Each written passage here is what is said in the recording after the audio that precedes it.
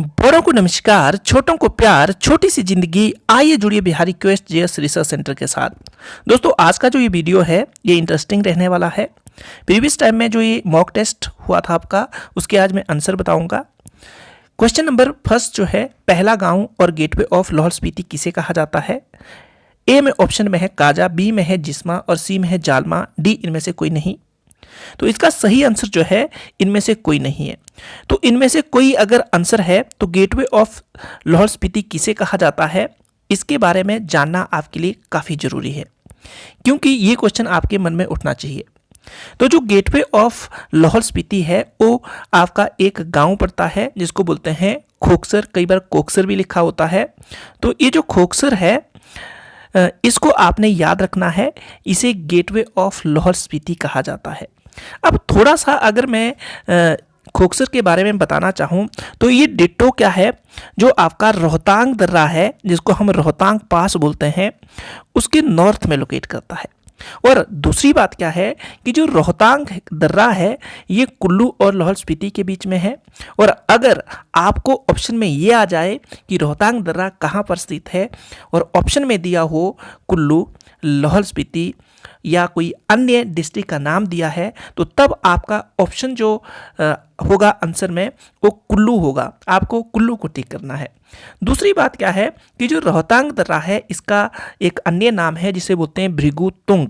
तो ये आपको याद रखना है, भृगुतुंग ये मध्य हिमालय में पड़ता है। ये आपको अच्छे से याद रखना है। वर्ल्ड के जो क्या बोलते हैं हाईएस्ट जो टनल बनी हुई है इसी रोहतांग दर्रे में बनी हुई है। तो अच्छे से याद रखना है कि जो खोकसर है इसे गेटवे ऑफ लाहौल स्पीति कहा जाता है। जो आपका रोहतांग दर्रा है कुल्लू में स्थित है और इसके नॉर्थ में ये खोकसर देखने को मिलता है। अगर बात की जाए तो मध्य एशिया में अगर जो व्यापारिक केंद्र था पुराने समय में तो ये खोकसर ही हुआ करता था, क्योंकि खोकसर के माध्यम से जो व्यापारी थे मध्य एशिया के वो कहाँ पहुँचते थे, जो आपका खैबर दर्रा है, फिर उसके बाद हिंद कुश पर्वत श्रृंखला को पार करते हुए अफगानिस्तान से होते हुए जो मध्य एशिया का पार्ट था उसके साथ व्यापारिक संबंध बनाते थे। तो ये आपको अच्छे से याद रखना, ये खोकसर एक क्या था, उस वक्त व्यापारिक केंद्र हुआ करता था। इसी वजह से खोकसर को लेकर जो लद्दाख वाले लोग थे उन्होंने इसके ऊपर आक्रमण किया, जो तिब्बती थे उन्होंने इसके ऊपर आक्रमण किया।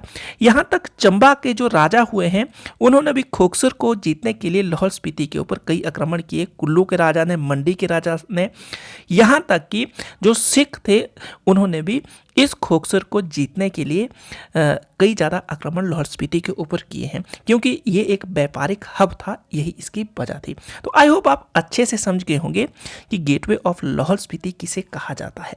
आगे चलते हैं, नेक्स्ट वन जो क्वेश्चन है उसकी तरफ। तो नेक्स्ट क्वेश्चन जो है, गमगुल हिमाचल के किस भाग में है? दोस्तों, ये काफ़ी इंपॉर्टेंट क्वेश्चन है और क्वेश्चन इंपॉर्टेंट है, साथ में जो ये गमगुल है ये वर्ल्ड लाइफ सेंचुरी है। आपको अच्छे से याद रखना है कि जो गमगुल है वाइल्ड लाइफ सेंचुरी या वन्य जीव अभयारण्य है और किस डिस्ट्रिक्ट में स्थित है, तो ये जिला चंबा में स्थित है। तो चंबा जिला जो है उसमें ये स्थित है। कौन सा वाइल्ड लाइफ सेंचुरी? गमगुल। अच्छे से याद रखिएगा, गमगुल जो है काफ़ी इंपॉर्टेंट है। मैं यहाँ थोड़ा सा आपको हैंड मैप के माध्यम से इसकी लोकेशन बताना चाहता हूँ, क्योंकि ये काफ़ी इंपॉर्टेंट लोकेशन पे हैं। सबसे इंपॉर्टेंट चीज़ है ये चंबा है। आप इसे मतलब मैप देख सकते हैं, थोड़ा सा अगर गलत बना हो क्योंकि हैंड मैप है तो माफ़ कीजिएगा, पर जो चंबा है, चंबा डिस्ट्रिक्ट का ये मैप है आपके सामने। ये वाला जो एरिया है, इस एरिया को, ये एरिया हमारा जम्मू के साथ लगा हुआ है। चंबा का ये एरिया जम्मू के साथ लगा हुआ है और इस साइड वाला एरिया आपको पता होगा कि ये लाहौल स्पीति के साथ लगा हुआ है। दूसरी बात इंपॉर्टेंट क्या है कि ये जो चंबा का ये वाला रीजन है, ये वाला अच्छे से देखिएगा, तो ये रीजन जो है ये पादरी दर्रा इसको अलग करता है। पादरी दर्रा, ये जो है पादरी दर्रा, चंबा और जम्मू कश्मीर के बीच में पादरी दर्रा है। और पादरी दर्रा के ठीक डिटो ये वाला एरिया भद्रवा है और इसके ऊपर ये ढोडा पड़ता है, साथ में इस साइड आपके जम्मू कश्मीर पड़ता है और बीच में पत्नी टॉप जो एक टूरिस्ट एरिया है। और जो पधरी दर्रा है या जिसको लोकल डायलेक्ट में वहाँ पधरी बोलते हैं, ये अभी टूरिस्ट साइट डिक्लेयर की गई है।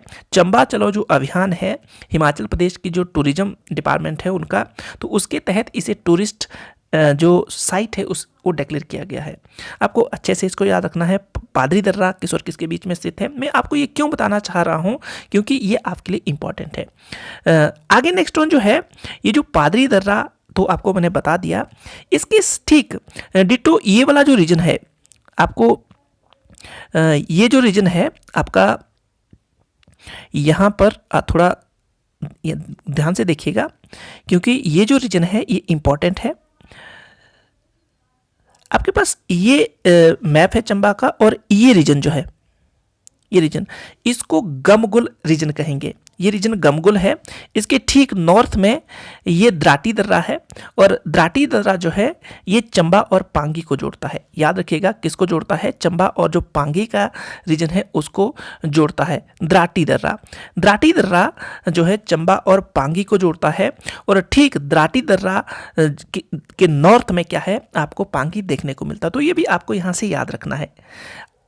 चलते हैं आगे का क्वेश्चन जो है उसकी तरफ। तो आई होप आपको ये जो क्वेश्चन था अच्छे से समझ आ गया होगा। दूसरी बात क्या है कि गमगुल हिमाचल के किस भाग में स्थित है। तो ये जो मैंने सारे आपको लोकेशन बताई, ये जास्कर में तो है नहीं, ग्रेट हिमालय का ये पार्ट है नहीं, ट्रांस का ये पार्ट है नहीं, तो ये जो मिड हिमालय है जिसको मध्य हिमालय बोलते हैं, उसमें ये गमगुल हिमाचल प्रदेश का जो वाइल्ड लाइफ सेंचुरी है चंबा डिस्ट्रिक्ट में जो स्थित है वो देखने को मिलता है। आगे चलते हैं नेक्स्ट वन जो क्वेश्चन है उसकी तरफ। तो जो ये टिम्बर ट्रेल त्रासदी का संबंध किस जिले से है, काफ़ी इंपॉर्टेंट क्वेश्चन है। सोलन, शिमला, सिरमौर, कांगड़ा। तो इसका सही आंसर जो है सोलन है। अब थोड़ा सा इसके बारे में डिटेल करते हैं। जो ये आपका टिम्बर त्रासदी थी ये क्या है, तो घटना 1992 की है और अक्टूबर का महीना था। ये रोपवे हुआ करता था कसौली, जो वर्तमान में आपको सोलन में देखने को मिलता है, वहाँ पर ये घटना घटित हुई। और इस रोपवे में क्या हुआ था कि एक ट्रॉली फंस गई थी, बीच में जो रोपवे होता है उसमें ट्रॉली फंस गई थी, और इस घटना को नाम दिया गया था टिम्बर त्रासदी। तो अच्छे से याद रखना कि इसका नाम क्या था। इस घटना का नाम था टिम्बर ट्रेल त्रासदी। और इसमें क्या हुआ था, जो ट्रॉली होती है रोपवे में वो फंस गई थी, और कुछ एक लोगों की यहाँ पर मृत्यु भी हो गई थी, क्योंकि वो बीच में लटक गए थे और कई दिनों तक सर्च अभियान भी चलाया गया, पर उनको बचाने में कामयाबी नहीं मिली थी और उनकी डेथ हो गई थी। तो आई होप आप अच्छे से समझ गए हैं इस क्वेश्चन को भी। नेक्स्ट वन क्वेश्चन जो है, गोरा देवी मूल रूप से किस देश की है। तो यहाँ पर आप इस क्वेश्चन को दो एंगल से देख सकते हैं। देखो, अगर आप इसे हिमाचल के नज़रिए से देखेंगे तो ये जो गोरा देवी है, इनका कंट्रीब्यूशन हिमाचल प्रदेश में सामाजिक कार्यों के प्रति रहा हुआ है। स्वदेशी मूवमेंट में इन्होंने पार्टिसिपेट किया है। इसी वजह से 1984 की बात है, 1984 की, इन्हें जमनालाल पुरस्कार दिया गया। पर अगर आप दूसरे वे में देखते हैं इनको, गोरा देवी को चिपको मूवमेंट की नज़र से देखते हैं, तो उस वक़्त अगर तब बात की जाए तो ये भारत की मूल है, क्योंकि जो चिपको वाली गोरा देवी है उनका जन्म जो हुआ है उत्तराखंड में हुआ है। और 1973 में जब चिपको मूवमेंट चला, नैनी जो बड़ा रीजन था चमोली के आस पड़ोस, तो उस वक़्त इन्होंने उस मूवमेंट में बढ़ चढ़ कर भाग लिया था। तो यहाँ पर दो आंसर आते हैं कि पाकिस्तान या भारत, पर ये तो कन्फ्यूजन वाला क्वेश्चन है। तो यहाँ आंसर आप क्या करेंगे, इनमें से कोई नहीं आपका सही आंसर कंसीडर किया जाएगा। आपको अच्छे से याद रखना है गोरा देवी हिमाचल के नज़रिए से क्या है, और साथ में अगर आप इन्हें देखते हैं जो आपका चिपको मूवमेंट है उसके नज़रिए से देखते हैं। चिपको मूवमेंट एक पर्यावरण से संबंधित मूवमेंट था।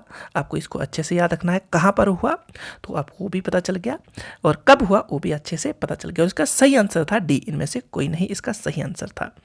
आगे नेक्स्ट वन जो क्वेश्चन था, हिमाचल के किस व्यक्ति को भाई जी के नाम से जाना जाता है। तो ये जो हमारे हिरदा राम जी थे, ये मंडी से बिलोंग करते थे, और साथ में जो गदर पार्टी थी उसके ये सदस्य थे। इन्होंने गदर पार्टी में बढ़ चढ़ कर भाग लिया, और और साथ में बाद में जो INA जो रॉस बिहारी बोस थे उनके उसके मीन्स एक सदस्य थे, और ऐसा भी माना जाता है कि उनका जो मतलब उसको बनाने में कंट्रीब्यूशन काफ़ी ज़्यादा रहा था।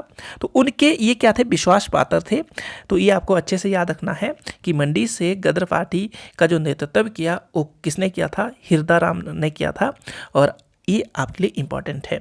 उसके बाद किंकरी देवी, आपको मैं एक बात यहाँ पर बताना चाहता हूँ, ज़्यादा डिटेल नहीं करूँगा। इन्हें झांसी की रानी अवार्ड दिया गया था, पर्यावरण से रिलेटेड इन्होंने काम किया था, और ये सिरमौर ज़िले से बिलोंग करते थे। सिरमौर ज़िले से बिलोंग करते थे, और 1999 जो 1999 की बात है, अटल बिहारी वाजपेयी जी ने इन्हें क्या किया था, रानी झांसी या झांसी की रानी का जो प्राइज़ होता दिया था, क्योंकि इन्होंने पर्यावरण के प्रति काफ़ी काम किया था। तो इनका किससे संबंध है आप अच्छे से आपको अच्छे से पता चल गया। भागमल सोठा आप बताएंगे, ये आपके लिए दोबारा से क्वेश्चन है कि भागमल सोठा किस डिस्ट्रिक्ट से बिलोंग करते हैं। इनका हिमाचल की जो हिस्ट्री है या हिमाचल का जो फ्रीडम स्ट्रगल रहा है उसमें क्या कंट्रीब्यूशन रहा, आप अच्छे से बताएंगे। आगे नेक्स्ट क्वेश्चन है, भद्रबाहु का संबंध किस धर्म से है। तो अच्छे से याद रखना कि जैन है, बौद्ध है, सिख है, हिंदू है। तो इनका संबंध जैन से है। मैं यहाँ पर भी आपको थोड़ा सा इम्पॉर्टेंट कुछ एक फैक्ट है उसको बताना चाहता हूँ कि जो भद्रबाहु है वो जैन धर्म को मानने वाले हैं, और जैन धर्म में दो शाखाएं बन गई थी। एक थी आपकी श्वेतंबर, दूसरी थी दिगंबर। जो श्वेतंबर थी उसके जो संस्थापक थे स्थूलभद्र थे, और जो भद्रबाहु थे वो दिगंबर। दिगंबर जो जैन धर्म के लोग थे वो नंगे रहते थे, कपड़ा पहनना उनके लिए एक मीन्स पाप था, ऐसी उनकी मान्यता थी। और जो श्वेतंबर थे श्वेत वस्त्र पहनते थे। तो ये भद्रबाहु वाली जो शाखा थी जैन धर्म में वो दिगंबर थी, और दिगंबर क्या मानते थे कि अगर हम तन पर कपड़ा पहनते हैं तो क्या होगा, जो सूक्ष्म जीव होते हैं वो मर जाएंगे। और ये जो भद्रबाहु की जो दिगंबर शाखा थी, सबसे ज़्यादा जो इसका प्रचार प्रसार हुआ, सबसे ज़्यादा जो नंबर ऑफ दिगंबर थी वो आपका जो दक्षिण भारत है, जिसको प्रायद्वीपीय भारत बोलते हैं, जिसको मतलब पेनिसुलर इंडिया बोलते हैं, उस वाले रीजन में ये दिगंबर जो थे वो ज़्यादा देखने को मिले। और जो श्वेतंबर थे ये उत्तरी भारत में ज़्यादा थे। नेक्स्ट वन जो सबसे इंपॉर्टेंट घटना है, जो भद्रबाहु है जैन ग्रंथ के अनुसार चंद्रगुप्त मौर्य के इन्हें गुरु बताया गया है। याद रखिएगा, चंद्रगुप्त मौर्य के इन्हें क्या किया गया है, गुरु बताया गया है कुछ जैन ग्रंथों में। तो ये आपको अच्छे से याद रखना है। और ये जो भद्रबाहु थे चंद्रगुप्त मौर्य के समकालीन थे। आप यहाँ कन्फ्यूजन क्रिएट नहीं करेंगे, क्योंकि जो चाणक्य थे उनके बारे में भी आपने पढ़ा होगा। विष्णुगुप्त जिनका नाम था, इसको अच्छे से याद रखना, कौटिल्य जिनका नाम था, तो उनके बारे में भी पढ़ा होगा। तो आपके मन में ये सवाल उठ सकता है, पर यहाँ जैन परंपरा के अनुसार जैन ग्रंथों की बात की हुई है। तो जब आपसे क्वेश्चन स्पेसिफाई किया जाए तो तब आपका कुछ आंसर और हो जाएगा। तो आई होप आपको अच्छे से पता चल गया। तो ये चंद्रगुप्त मौर्य के समय में उत्तरी भारत में अकाल पड़ा, और जो भद्रबाहु कहाँ चले गए थे, ये दक्षिण भारत में चले गए। एक जगह थी कर्नाटक में श्रवणगोला के आस पड़ोस में, उस रीजन में चले गए, और वहाँ पर इन्होंने इस शाखा की स्थापना की थी, और जैन धर्म को बचाने का ये उनका एक प्रयास था। आई होप आप अच्छे से समझ गए हैं। आगे नेक्स्ट वन जो है ये आपका फिर मॉक टेस्ट है। आप पेन कॉपी लेकर बैठिएगा, आंसर जरूर कीजिएगा, और आपको आने वाले वीडियो में इसके आंसर बताए जाएंगे। तो ये वेलेस्ली की सहायक संधि स्वीकार करने वाले राज्यों को काला क्रमानुसार सजाइए। देखो ये पहले तो यहाँ से आपको क्या क्या चीज़ें याद रखनी है उसको देखो, कि जो आपके ये वेलेस्ली है, इन्होंने सहायक संधि चलाई। आपसे यूनिक क्वेश्चन ऐसा बन सकता है कि सहायक संधि के जनक किसे कहा जाता है, तो आप आंसर करोगे। दूसरी बात, सबसे पहले किसने इस संधि को अपनाया, उसके बाद तो ये सीक्वेंस आपको लगानी है। तो यहाँ से क्या क्वेश्चन है, एक तो ये वाला क्वेश्चन आपको याद रखना है, दूसरी सीक्वेंस आपको पता होनी चाहिए। तीसरी बात क्या है कि जो सहायक संधि थी, उस सहायक संधि क्या थी, सहायक संधि क्या थी। सहायक संधि के बारे में आपको क्या करना है, ये पता करना है कि सहायक संधि एक्चुअल में थी क्या। आगे क्वेश्चन जो है, किसने मुखलिसपुर में लोहगढ़ नमक मजबूत किला बनवाया, तो ऑप्शन आपके सामने है, तेग बहादुर, गुरु गोविंद सिंह, बंदा बहादुर, वीर बंदा बैरागी, रणजीत सिंह। तो यहाँ से आपको पहले क्या पता करना है कि जो आपका लोहगढ़ किला है कहाँ पर स्थित है, ये हिमाचल में स्थित है। दूसरी बात कि ये जितने भी व्यक्तियों के नाम दिए गए हैं ये कहीं ना कहीं सिख धर्म से बिलोंग करते हैं, मीन्स ये सारे सिख धर्म को मानने वाले लोग हैं। तो इनमें से किस सिख धर्म को मानने वाले व्यक्ति ने ये जो लोहगढ़ नामक किला था उसे मजबूत बनाया था? तो आपके लिए ये भी यूनिक क्वेश्चन है और इम्पोर्टेंट क्वेश्चन भी है। आगे चलते हैं। इलाहाबाद की द्वितीय संधि 16 अगस्त 1765 में हुई। आपने बताना है किन के बीच में हुई थी। आपके सामने ऑप्शन है, आप इसे ध्यान से पढ़कर क्या कीजिएगा, आंसर कीजिएगा। क्वेश्चन आगे नेक्स्ट वन जो है, किसके शासनकाल में ब्लैक होल दुर्घटना घटित हुई थी? ऑप्शन आपके सामने है, आप आंसर करिएगा और पेन कॉपी लेकर बैठिएगा। ये सारे के सारे क्वेश्चन काफ़ी इंपॉर्टेंट है, आपके लिए हेल्प कर सकते हैं। आगे नेक्स्ट क्वेश्चन जो है, भारत में सहायक संधि का जन्मदाता आविष्कारक किसे कहा जाता है? काफ़ी इंपॉर्टेंट है, थोड़ा सा बिल्कुल अवेयर हो रहना है आपने, क्योंकि हमने पीछे देखा कि जो सहायक संधि का जो भारत में जन्मदाता है वो कौन है। यहाँ पर हमने एक क्वेश्चन किया, बेलजली सहायक संधि को स्वीकार करने, जो बेलजली की सहायक संधि थी उसको स्वीकार करने वाले राज्यों का आपने क्या करना है, उसको सीक्वेंस में लगाना है। और ये क्वेश्चन जो है ये कुछ क्वेश्चन अलग है, तो इस क्वेश्चन को क्या करना है आपने ध्यान से देखना है, यहाँ पर आपको कन्फ्यूजन हो सकती है और आंसर जरूर करना है। आपके ऑप्शन तो आपके सामने है। आगे नेक्स्ट वन जो क्वेश्चन है, किस सिख गुरु को बाकला के बाबा कहा जाता है? तो ऑप्शन आपके सामने है, सारे के सारे जो सिख गुरु है वो ऑप्शन में दिए हुए हैं, तो आप क्या कर सकते हैं, यहाँ से आंसर कर सकते हैं। आई होप आपको ये वीडियो पसंद आया होगा। अगर आपको ये वीडियो पसंद आया तो क्या कर सकते हैं, आप इस वीडियो को शेयर कर सकते हैं, सब्सक्राइब कर सकते हैं और अपने दोस्तों को बता सकते हैं। सबसे इम्पॉर्टेंट चीज़ क्या है कि आपको इन क्वेश्चनों को करना है और साथ में आपने कितना स्कोर किया कमेंट सेक्शन में लिखना है। नेक्स्ट वीडियो में आपको इसके आंसर बताए जाएंगे। साथ में आपको क्या करना है, बड़ों को रखना है ध्यान, उनका करना है सम्मान, छोटों से करना है प्यार और स्नेह, पर्यावरण और सेहत का रखना है ध्यान। ये होना चाहिए हमारी जिंदगी का परम काम। धन्यवाद। जय हिंद।